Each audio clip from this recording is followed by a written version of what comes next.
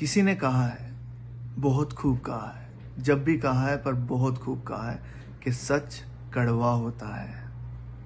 और यही सच है कि सच कड़वा होता है। इस बारे में बात करने से पहले मैं आपको एक छोटी सी क्लिप दिखाना चाहता हूँ। एडिट की हुई है, देखिएगा जरूर, उसके बाद बात करेंगे। ने आज तक कितने लोगों को चांस दिया सोशल मीडिया पे, कैमरे के पीछे छुप के बोलना, टैलेंट को ढूंढ रहे हैं और उनको चांस दे रहे हैं। दूसरी बात जो आपने बोली, सोनू निगम जी खुद 5 रुपए में दिल्ली की रामलीला में गाना शेरू है। और ये शेरू में तुमसे पूछने के बारे में मुझे मालूम है मैडम, मैं जब है तभी गुलशन जी ने इनको दिल्ली से बम्बई लाए थे। मैं गुलशन जी के साथ ही आप जानते होंगे ये हमारे घर के कुक है और 88 से ये हमारे घर में। एनीवेज, अब मैं ये बताना चाहती हूँ कि 1998 में जब टी सीरीज की फैमिली के साथ ये हादसा हुआ, मांग रहे हैं कि भाई मुझे इससे मिलवा दो, मुझे इससे मिलवा दो, वो तो किसी को इंडस्ट्री में जानते नहीं है, तो ये कंपनी तो खत्म होने वाली है, तो भाई मैं पहले अपने आप को सेफ गार्ड कर लूं। तो इन्होंने जाकर एक दूसरी म्यूजिक कंपनी के साथ, इनकी मतलब कोई भी वो नहीं थी, कोई भी इनको थैंकफुलनेस नहीं थी कि टी सीरीज ने मुझे इतना आगे बढ़ाया। आज मैं पूछना चाहती हूँ सोनू निगम जी, क्या है मीटू मूवमेंट? मैं लगा दूं आप पे मीटू, तो मैं लगा दूं आप पे मीटू, बोल दो आप मीटू रेपिस्ट है, हो जाएंगे आप मीटू रेपिस्ट। आपने धमकाया है वीडियो में कि आप उस लड़की का वीडियो आउट कर देंगे, बेशक कीजिए, पर नेक्स्ट टाइम कोई भी वीडियो आउट करना हो, याद रखिए प्रूफ के साथ कीजिए। मुझे स्पेशली बोला था कि हमें चुप रहना है, हमें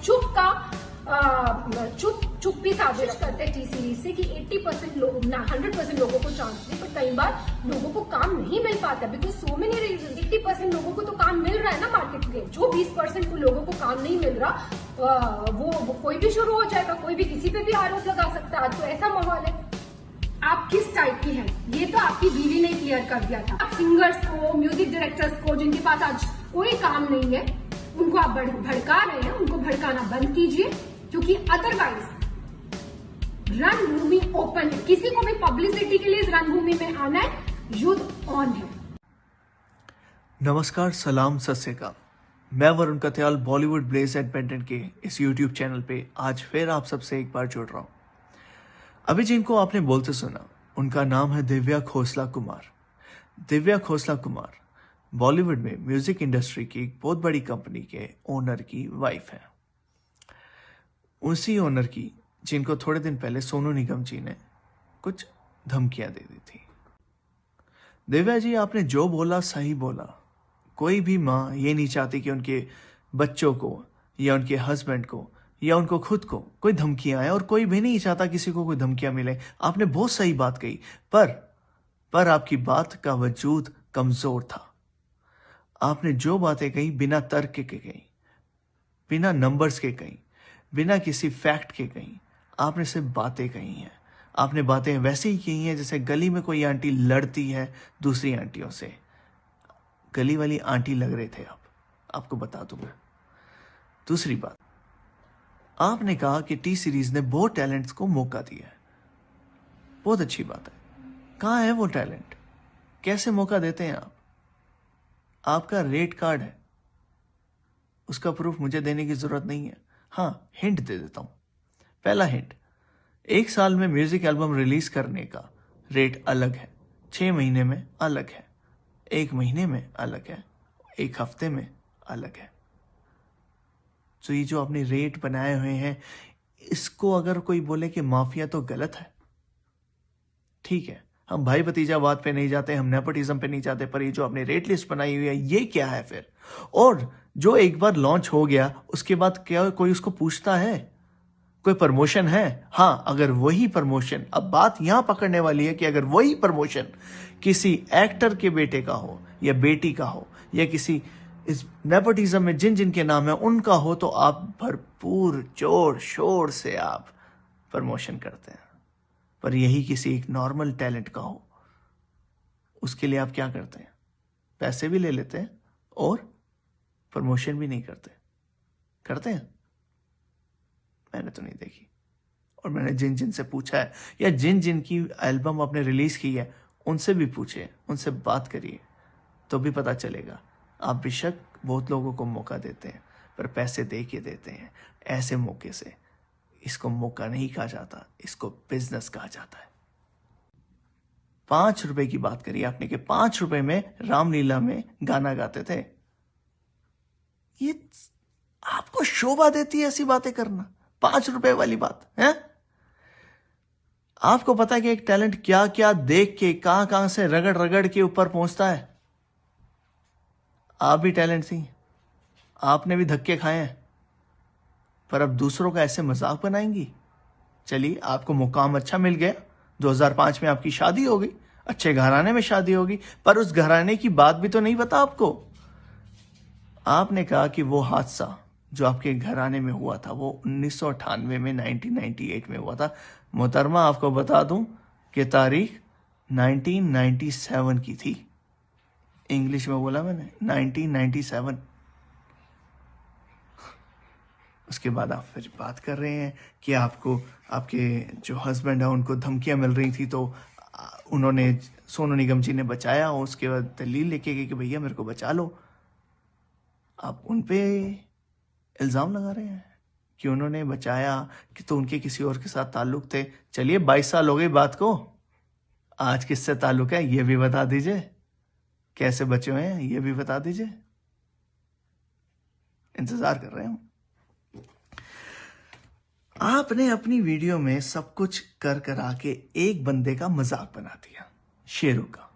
अच्छा भला बंदा था, कहाँ घसीट के ले आए उसको, मजाक बन के रह गया उसका, है? मीम बन रहे हैं अगले के नाम पे। क्या करते हैं आप?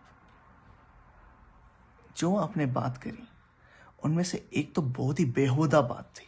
आपने एक आंदोलन का नाम लिया, वो आंदोलन जिसने बहुत औरतों को उनका हक दिलाया, बहुत औरतों की इज्जत उनको वापस दिलवाई, बहुत औरतों की मदद करी जिस आंदोलन ने, उस आंदोलन का आपने तो मजाक बना के उठा दिया। और आपने ये कह दिया कि मैं तुम पे ये ब्लेम कर दूंगी, मैं तुम पे वो ब्लेम कर दूंगी। तो ये क्या हो रहा था? आप तो और दूसरे लोगों को ये आइडिया दे रहे हो कि जाओ भाई तुम भी ऐसे करो।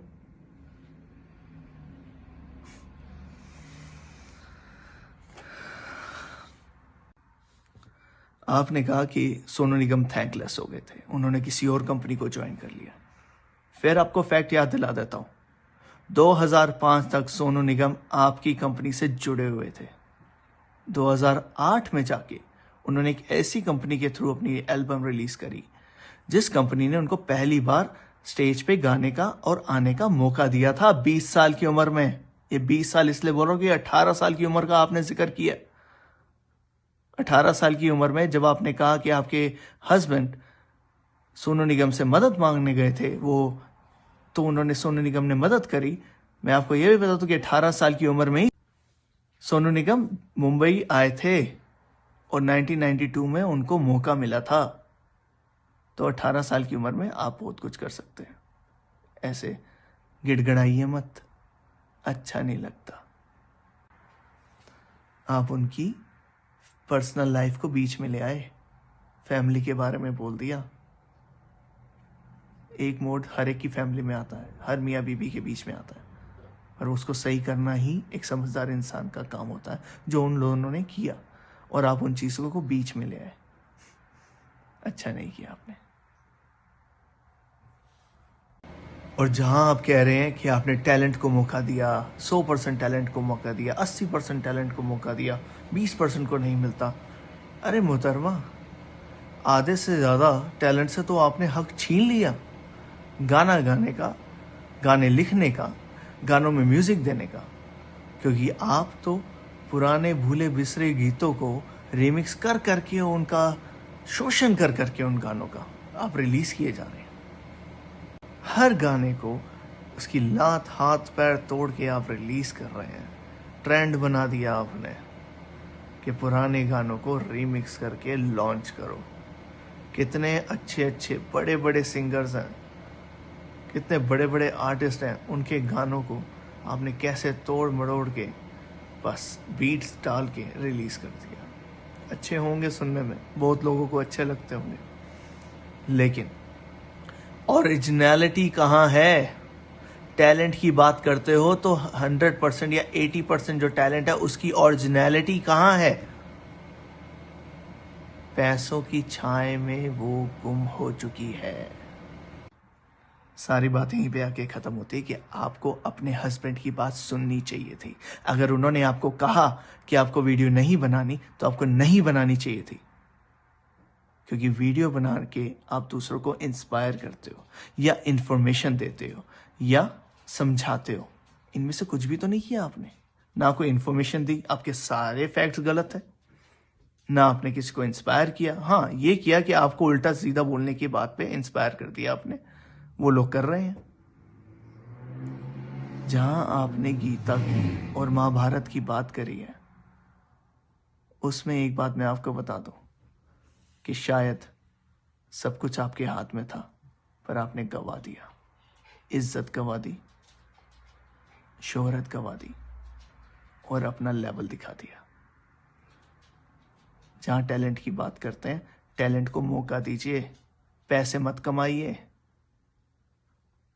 1800 करोड़ की कंपनी ऐसे ही नहीं बनती, समझ रहे हैं।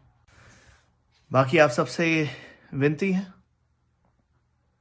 कि सही का साथ दीजिए। मुझे जो सही लगा मैंने वो बोला। अगर कोई भूल चूक हुई हो या गलती हुई हो, जैसे आपने पहले भी मुझे हमेशा समझाया, समझाइए, अपने एडवाइस मुझे दीजिए, आशीर्वाद दीजिए और प्यार बना के रखिएगा। आप सबका रब रखा हो जी।